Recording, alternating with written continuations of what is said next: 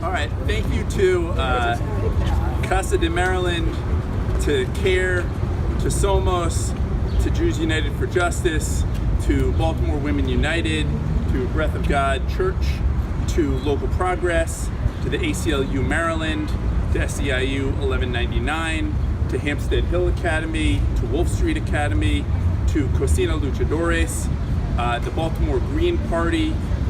Thank you to City Council President Young for being here, as well as my colleagues in the council, Vice President Middleton, Councilman Burnett, Councilman Scott, Councilman Dorsey, Councilman Bullock, and Councilman Schleifer is on his way.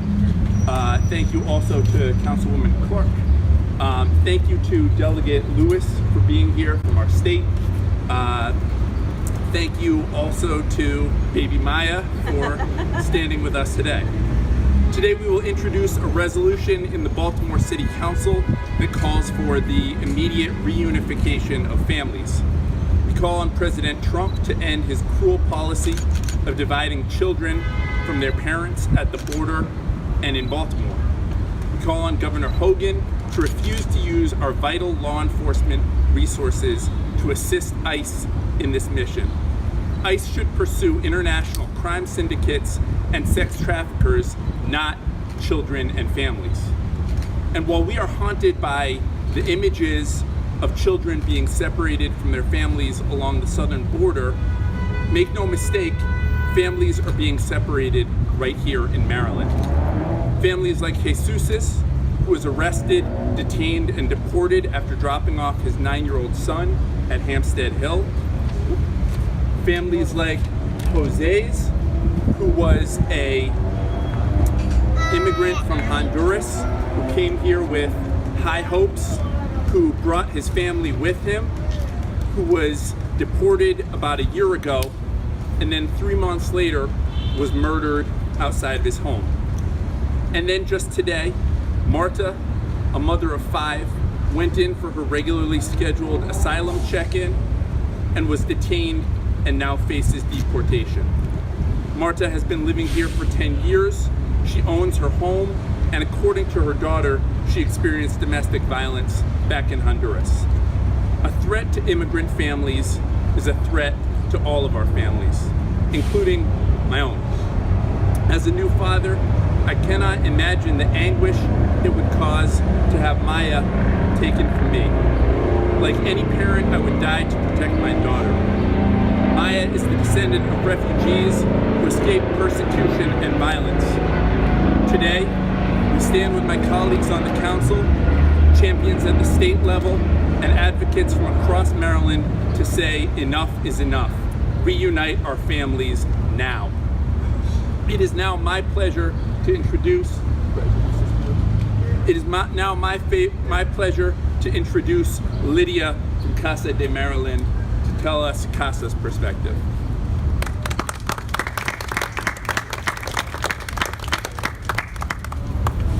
Hey everyone.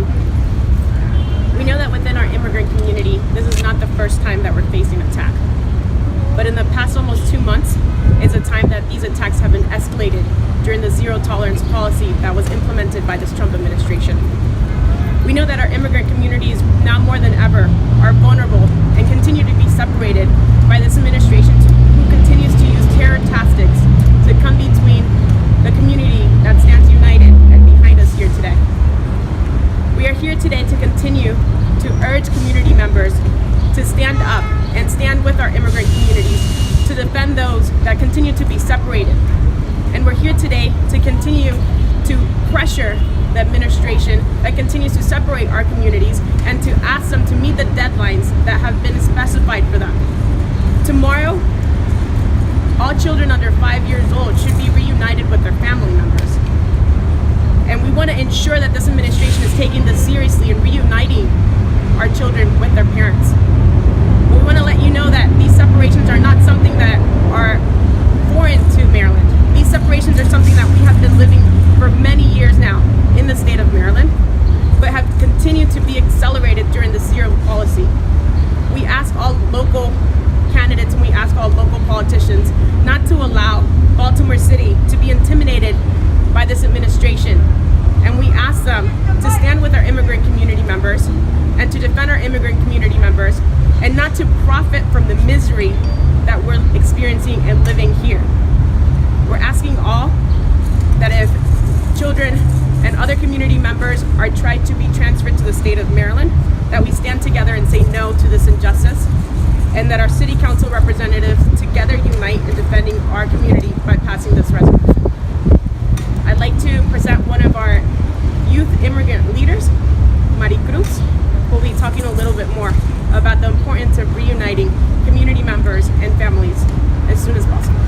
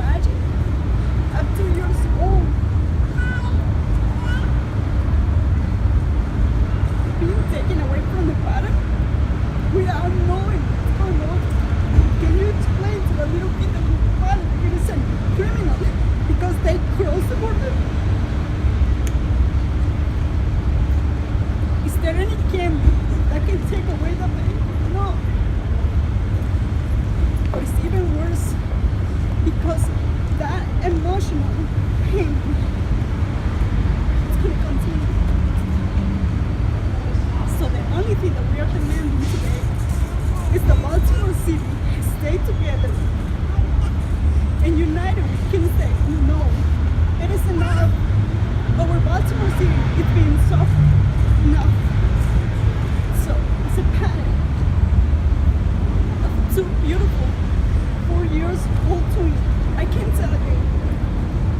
I can't imagine seeing my kids crying while they are taken away. Can you imagine the pain of me not going to sleep, just thinking how my girls can. And even worse, what about my son who has learning disability? Can you imagine what he is? You cannot imagine what a kid could do a parent. Keeping them on a cage? Really? Can you imagine one of your kids being in a cage? Treated even worse than a dog.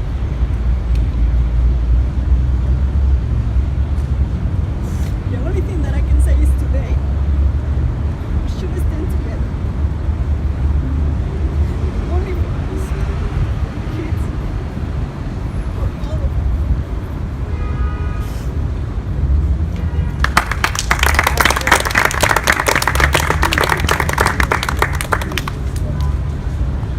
Thank you for your incredibly moving words. In Southeast Baltimore, we've experienced a great deal of deportation. We've had a decline in attendance at least two of our schools. The principals are here today from Hampstead and Wolf Street. But we've also seen just generalized fear within our immigrant community and a decline of coordination with law enforcement. So here to speak next is Pastor Mark Parker of Breath of God Church.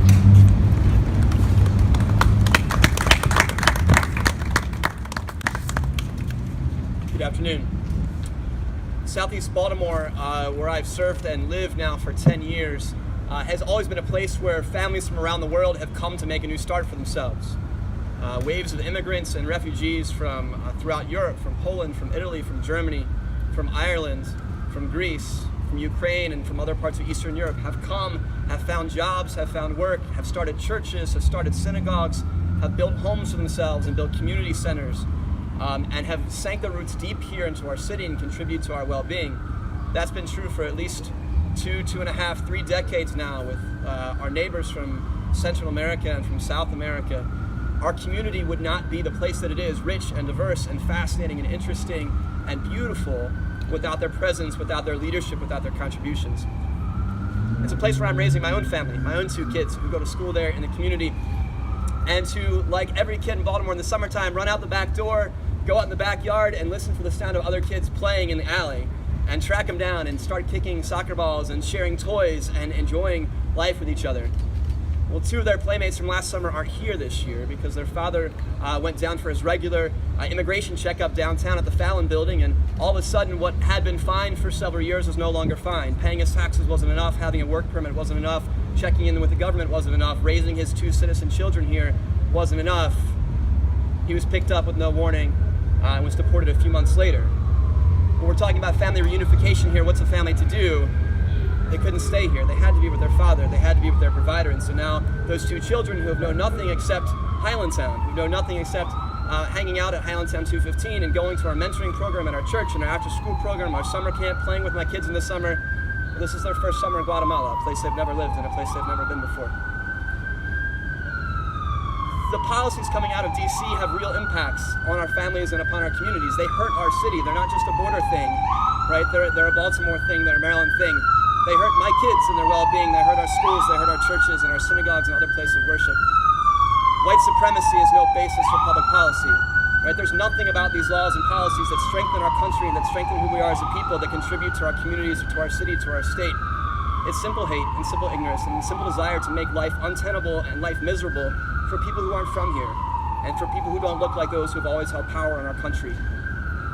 We stand up here to say that that's enough and that it's wrong, that it's evil.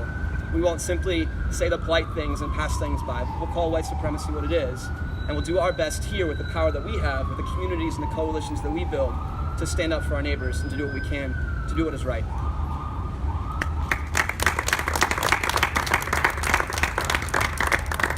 We know that the threat is not just to folks that are here now, but also to folks that are seeking to come to our country.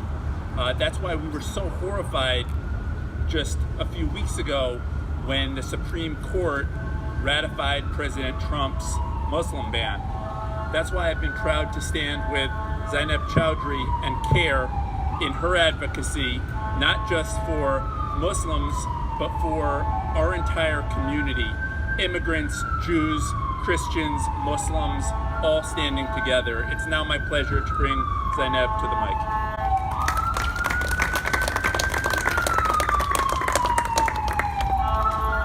According to the Health and Human Services Secretary Alex Azar, nearly 3,000 children have been separated from their parents as a result of the White House's immigration policy.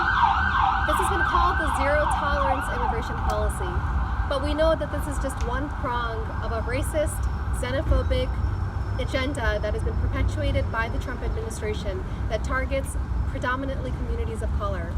We are proud to stand here today on behalf of the Council on American Islamic Relations, in solidarity with CASA, in solidarity with the Office of Councilman Zeke Cohen, in solidarity with all of the elected leaders and faith leaders who join us here today, to say that even though we know the history of our country, we know the legacy of white nationalism and white supremacy in our country, that we will not stay silent while innocent children continue to be separated from their families and detained in detention centers that are inhumane, cruel, unethical, and cannot be who our country has come to be. This is a policy that has ripped not only thousands of families apart, but it has traumatized children from families who have fled war-torn countries, from children who have fled, who've seen unspeakable violence that many of us cannot even fathom. And to imagine the impact, the psychological impact of the trauma that they're enduring. the immediate, the long-term impact is something that any human being with a grain of empathy and conscience could not begin to fathom. Just earlier today, a little while ago, we were reading a report that the AP was reporting that a one-year-old was ordered to appear before a judge in court to defend his immigration case. And the judge told the reporters that he was embarrassed to ask him if he knew what he was there for, or whether he had a court-appointed immigration attorney. A one-year-old was forced to appear before a judge to plead his own case. This is who we have become, but it cannot be who we continue to be. We stand against any policies and any agencies that perpetuate policies that unfairly target and separate children from their parents, especially in a country that is led by the president who belongs to a party that bills itself as a party of family values. It is unbelievable that we even are forced to have this press conference today, that we have to have a national conversation on whether we can be a country that stays silent or actively seeks to reunite children with their parents. We know that according to the ACLU, that the Trump administration is not expected to meet its court-appointed deadline tomorrow of reuniting at least 100 children who are under the age of 5 with their parents. We're hoping that with this resolution, it'll encourage other elected leaders on the local level, on the state level, on the national level to come forward to speak out and to demand justice for these children, to demand that they be reunited with their families, and to say that this cannot be who we are. We are proud of Councilman Z. Cohen for his courage and his bravery in taking this stand, especially because we know it's not always the popular stand. But we must emphasize the fact that even though we are a nation of laws, we must also be a nation of morals, a nation that governs, a city that governs with conscience, that refuses to stay silent while so many families continue to suffer and live in fear. Thank you so much. Finally, we are fortunate to have great allies at the state level. Allies like Delegate Robin Lewis, who was just recently reelected in a hard-fought battle in Southeast Baltimore, who stood up for all of our communities and who did not waver in her message, even with some really tough opposition, that we are a united community. So I'm proud to welcome my friend Robin Lewis to the mic.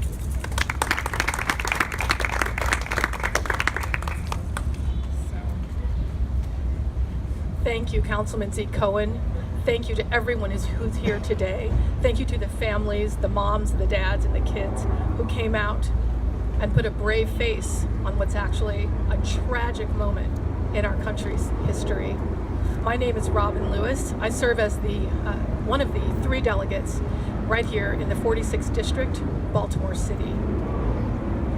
Sometimes it's not obvious what the roots of our current problems are, but there are root causes that drive today's inhumane, unconscionable, and vicious attacks on Black, brown, and immigrant communities. The roots of what we see happening today, the policies coming out of Washington, D.C. and the White House, they didn't just start in the inauguration of the current president. They have a long history. Some of you may be aware that today is, if I'm not mistaken, the 150th anniversary of the 14th Amendment. That was an amendment to the Constitution that passed in the aftermath of the Civil War. It's the Birthright Amendment. It's that provision in the U.S. Constitution that makes Black people citizens. It does lots of other good things, but it's important to remember that Africans brought in chains to this continent, worked, lived, contributed, built, created, died, were not citizens until just a little while ago. I think it's also helpful for African Americans in particular to remember how close we are to having our humanity stripped from us. Yesterday they came for my neighbors in Highlandtown, my new neighbors, new Americans from another country. Don't you think that tomorrow they'll be coming for us? I'm descended from African people who were enslaved in this country, some of whom ran to freedom in Canada. I'm descended from people who escaped slavery through the Underground Railroad and landed in Ontario province. Like a lot of Black Americans, they came back after the Civil War because this was their home. There's no way I can stand idly by, remembering my own ancestors who fought and struggled in fear, who ran in the dark and the rain to freedom in Canada. I think of all of the people who helped them, all of the hands along the way, the helping hands and the open hearts that sheltered them through forests and rivers and who knows what. I don't even know the soul story, but I know I'm alive because those people helped my family. I will do no less to help other families who came under different circumstances at a different time. I will do no less to help them. In my role as your state delegate, I help to pass laws, but in my role as a citizen, I stand up for what's right, and I'll continue to do that today, tomorrow, and beyond on behalf of all people. Thank you.